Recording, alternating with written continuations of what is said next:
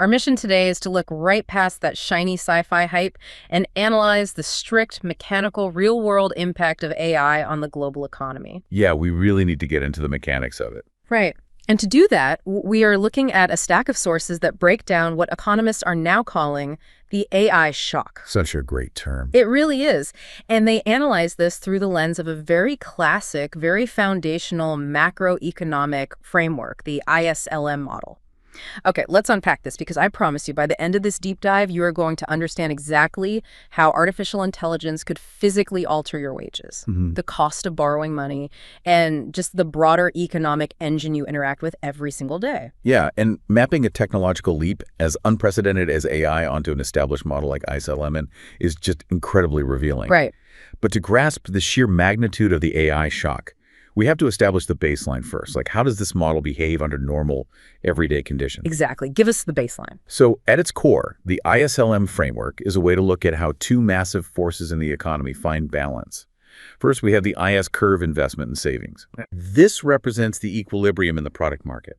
It's the physical, tangible economy. You know, the goods we produce, the supply chains we build, the services we actually provide. So I like to think of this entire model like a massive pressurized industrial plumbing system. Oh, I like that. Right. The IS side, the product market, represents the physical water flowing through the pipes. It's the actual tangible output of society. Yes, perfect. And on the other side of that system, controlling the pressure, we have the LM curve liquidity preference and money supply. The money side. Exactly. The financial side of the equation. It measures how much cash people and businesses demand to hold on to versus how much capital the central bank has actually injected into the system. Right. Okay. When you plot these two curves on a graph, they form an intersection. And that exact crossing point determines two absolutely critical things for you and everyone else participating in the economy. Overall output, which we call Y, and the interest rate, which we call I. So staying with our plumbing analogy, the IS side and the LM side are entirely interconnected. Completely. If you adjust the flow of physical products on one side, it completely alters the pressure on the other side. You turn a valve to increase the money supply, and suddenly the interest rate changes. And the amount of water flowing out of the tap, the economic output, either speeds up or slows down. It's an intricate, constantly self-balancing mechanism. This system is relentlessly seeking that equilibrium. Right. But the real world is rarely static. You know, the mathematical balance is constantly being tested by external forces. Well, now that you understand how this economic engine balances itself under normal conditions, we really have to ask the critical question of our era. What happens to this delicate plumbing system when we drop a massive, unprecedented technological upgrade right into the middle of it? Yeah, that's when we experience the AI shock to productivity. Okay, break that down for us. So when we talk about AI in strict economic terms, we are talking about a sharp, vertical rise in the efficiency of capital and labor. The output of a single worker skyrockets. Right. But more importantly, the tools we use to do business suddenly become exponentially better. Do you have a real-world scenario for this? Yeah, let's look at a global logistics firm.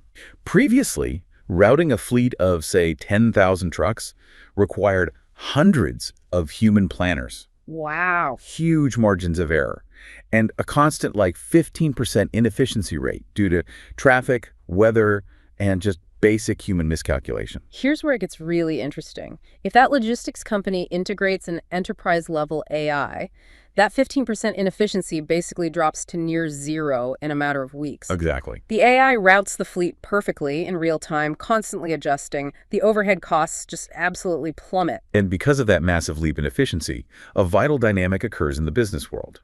Previously, marginal projects suddenly become highly profitable. Wait, what do you mean by marginal projects? Well, think about it. A year ago, that logistics company might have looked at a proposal to build a state-of-the-art $100 million automated warehouse. And they probably decided the profit margins were just too thin to justify the cost. But post-AI integration, with their overhead slashed and their routing perfected, the return on investment for that warehouse skyrockets. Suddenly, it's a total goldmine. Oh, I see. Now, multiply that realization across the pharmaceutical industry, drastically shortening drug discovery times, or the manufacturing sector completely automating quality control. So everyone wants to build new things. Yes. The overall demand for investment grows at an unprecedented scale. Businesses everywhere realize they need to upgrade their infrastructure immediately just to survive. They aren't just sitting back and enjoying the savings, they are rushing to the bank. I mean, they need massive amounts of capital to build out the physical architecture required to run these systems. Correct. They need to secure the data centers and restructure their entire operations around this newly discovered efficiency. Okay, so how does that affect our model? This massive surge in business investment triggers an immediate mathematical consequence within our macroeconomic seesaw.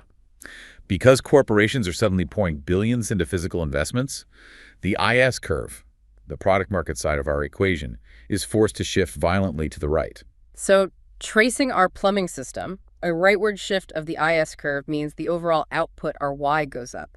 The economy is producing significantly more value and more services. Exactly.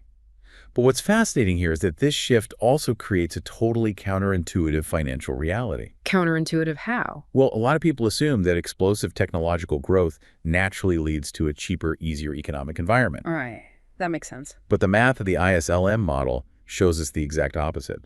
Because there's a global, simultaneous rush to invest in AI infrastructure, the demand for money grows significantly. Right. Everyone is clamoring for finite capital at the exact same time. And that creates intense upward pressure on the interest rate RI. Explosive technological growth actually makes borrowing money significantly more expensive. Okay, wait. I have to push back on this slightly just to dig into the mechanics. Sure. If AI is fundamentally deflationary, meaning, it makes the cost of doing business cheaper and makes everything we do faster and more efficient, why does wanting capital to build this highly efficient infrastructure automatically make that money more expensive to borrow? That's a great question. Like, a richer, more productive society should logically have cheaper access to capital, shouldn't it? You would think so, but it all comes down to a temporal mismatch between the investment and the payoff. Okay. The deflationary benefits, the cheaper goods, the frictionless supply chains, those happen after the infrastructure is built. But right now, in the moment of the shock, we are in the build-out phase. Ah, I see. Every major corporation is rushing to the exact same pool of available capital to fund their upgrades today. And money is a finite resource in the short term. When the demand for a resource spikes dramatically and the supply remains relatively constant, the price of that resource goes up. The price of money is simply the interest rate. Right, so the plumbing is experiencing massive structural pressure because every major corporation on Earth just opened their taps to maximum capacity at the exact same time. They're all trying to pull water out of the reservoir to build their AI data centers. Exactly. And that rising pressure forces a reaction from the second half of our model, the LM curve. The institutions in charge of the money supply, the central banks, are suddenly facing a severe dilemma. Because they control the pressure. Right. They control the LM side of the equation. And as the AI shock pushes interest rates up, they essentially have to make a choice between two very distinct economic paths. So the central bank is staring at the gauges, seeing the pressure build. What's the first path? The first path is to hold the line. They do nothing to the money supply and simply allow the interest rate to rise naturally as demand for capital outpaces supply. They hold the LM curve exactly where it is. And what does that do? By letting the cost of borrowing become painfully expensive, they actively cool down the excess demand and prevent the economy from overheating. Okay, but let's explore that fear of inflation because it sounds kind of contradictory. We just established that the end result of AI is deflationary. If the technology lowers the cost of production across the board, how can the central bank be worried about inflation? Because the output of an AI-driven economy is deflationary, but the physical process of building it is wildly inflationary. Yeah, that makes sense. Right. The artificial intelligence revolution does not happen in the cloud. It happens in concrete, steel, copper wire, and massive energy grids. Building a gigawatt data center requires staggering physical resources and specialized, highly paid engineering labor. Yeah, you can't just code a data center into existence. Exactly. When hundreds of massive corporations inject trillions of dollars into the physical supply chain simultaneously, the cost of raw materials and energy skyrockets.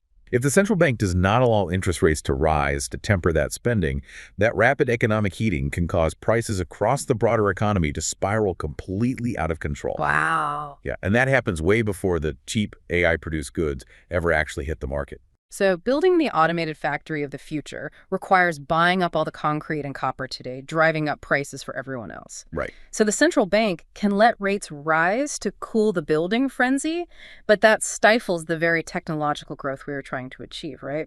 So what's the alternative path? Opening the valves. Yeah. They execute a monetary expansion. In our plumbing system, they actively pump more water into the reservoir. They increase the money supply, which deliberately shifts the LM curve to the right to meet the new aggressive IS curve. Okay. By doing this, they artificially keep interest rates relatively low, purposefully accommodating the AI shock.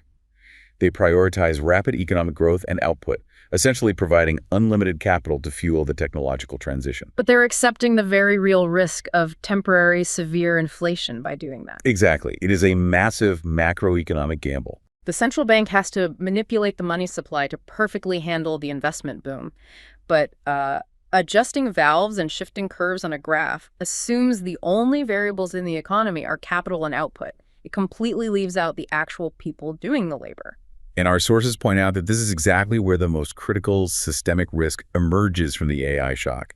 The core issue is the sudden, violent disconnect between productivity and wages. How is this different from past tech revolutions, though? Historically, during previous technological revolutions like the advent of the assembly line or the early internet, productivity and wages grew somewhat in tandem. The new machines made the human workers more productive, but the humans were still strictly required to operate the machines. Right. Therefore, labor retained the leverage to demand higher wages as output increased. But the AI shock is mechanically different. AI does not act as a complement to human labor. In many sectors, it acts as a direct substitute. Yes. The software is doing the heavy lifting, analyzing the data, and making the decisions independent of the human operator. Exactly. Because the marginal product of human labor isn't increasing, but the marginal product of the AI capital is skyrocketing, the human workers' take-home pay basically flatlines. Wow. The mathematical result of this disconnect is that the vast majority of the newly created economic surplus flows directly to capital. The shareholders, the owners of the AI infrastructure, and the corporations capture the gains, while the labor force sees almost none of it. This forcefully widens societal inequality. So for anyone mapping this out, we usually look to tools like the Lorenz curve or the Gini index to track income distribution. In a normal economic growth cycle, you might see the Lorenz curve shift slightly over a decade. But the sources are suggesting a much more aggressive mechanical change in the math. Yeah, the Lorenz curve visually represents how wealth is distributed across a population. Under the pressure of the AI shock, we see this curve physically bow outward, moving sharply away from the line of perfect equality. And the Gini index, which assigns a numerical value to that inequality, spikes. The reason this happens so rapidly is that the middle-income earners, the logistics planners, the data analysts, the middle managers, they find their specific cognitive skills devalued by the software. Their wages flatline. Exactly. While corporate profits generated by the hyper-efficient AI just go completely vertical. If we connect this to the bigger picture, the AI productivity shock threatens to push the Gini index significantly higher across global economies, fundamentally altering the social contract. So what does this all mean? Like, if you're listening to this on your commute, let's visualize the actual lived reality of this math. What does a high Gini index post-AI economy actually look like for the average person clocking into work every day? It looks like an economy of stark, almost incomprehensible contrasts. You will witness incredible technological marvels. You might see flawless automated services, hyper-efficient global logistics networks delivering goods instantly, and rapid medical breakthroughs driven by AI protein folding. All of which generates massive, unprecedented corporate wealth. Right. But for the average worker, their day-to-day purchasing power remains entirely stagnant. They are entirely surrounded by the immense wealth generated by the AI shock, but they are not participating in it. Right. Their specific human labor is no longer the primary engine of the newly created value. The capital is doing the work and reaping the entirety of the reward. It is a deeply unsettling reality, but the sources highlight that this isn't just a social problem or a moral failing. If that scenario plays out, it actually breaks the macroeconomic machine we have been analyzing. The inequality directly threatens the structural integrity of the ISLM model itself. Yeah, building directly on that widening wage gap, Right. we hit a severe, fatal macroeconomic consequence, the collapse of total demand. Right. In our equations, private consumption is a foundational pillar, represented by the letter C. If wages do not grow at the pace of productivity, private consumption will inevitably slow down. The working population simply will not have the disposable income required to purchase the massive amount of new goods and services the AI-driven economy is actually producing. It's the ultimate manifestation of the Henry Ford paradox, right? Ford famously realized that if he built incredibly efficient assembly lines, he had to pay his workers enough so they could actually afford to buy the cars they were building. Exactly. If you build 10,000 hyper-efficient AI-run automated factories, but the middle class hasn't had a real wage increase in a decade, who exactly is buying the output? The factories eventually have no revenue. This raises an important question, posing a massive paradox. The AI revolution possesses the mechanical capability to create an era of unprecedented economic output. But if wage stagnation leaves consumers unable to actually buy that output, the entire system stalls. Wow. The IS curve gets dragged violently back to the left, and not by high interest rates, but by a total collapse in aggregate demand. It really brings this entire deep dive full circle. The social inequality caused by the wage disconnect directly threatens the economic stability of the ISLM model we started with. The machine needs fuel to run. You can build the most advanced, frictionless, AI-powered economic engine in human history, but in a macroeconomic system, broad consumer demand is the only fuel that matters. If the broader population doesn't have the wages to purchase the output, the engine just starves itself. Yeah, the ultimate outcome of the AI era depends entirely on whether we experience broad shared growth, where consumption rises alongside productivity, or whether growth is heavily concentrated strictly among the owners of capital, eventually choking off the demand that sustains it. We have covered a massive amount of ground today, moving from the theoretical foundations of macroeconomics to the very real vulnerabilities of our future economy. Let's synthesize the journey we've just taken. Sure. We started by stripping away the sci-fi hype of artificial intelligence, choosing instead to view it strictly as a mechanical productivity shock. You learned how the classic ISLM model functions like an immense pressurized plumbing system, balancing the physical product market with the financial money supply. Right. And we examined how the AI shock forces a massive rightward shift in the IS curve. The sudden viability of previously marginal projects leads to a global rush for capital investment. This drives up overall output, but because money is a finite resource in the short term, it creates intense upward pressure on interest rates. Borrowing becomes expensive as everyone tries to build the future at the exact same time. Which hands a monumental dilemma to the central banks.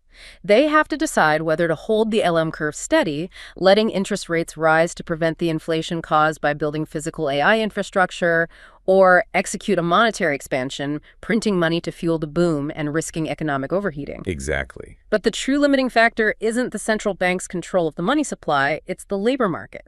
The survival of the system depends on whether human wages can keep pace with this new technological efficiency.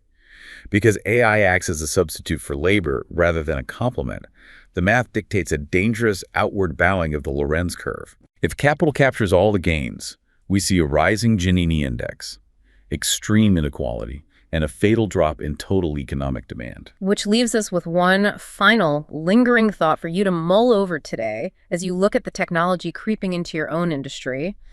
Think back to that economic plumbing system we built at the beginning of the show, the delicate balance between the money flowing in and the products flowing out. Yeah. If artificial intelligence permanently shifts the balance of wealth away from human labor and strictly into the hands of capital owners, do classic macroeconomic models like ISLM eventually break down entirely? It's a huge question. Right. If the consumer side of the equation simply no longer makes enough money to purchase the booming, hyper-efficient output of the product side, will we need an entirely new model just to understand the economy of the future? It is absolutely the defining economic question we will have to answer in the coming decade. Thanks for taking the plunge with us today.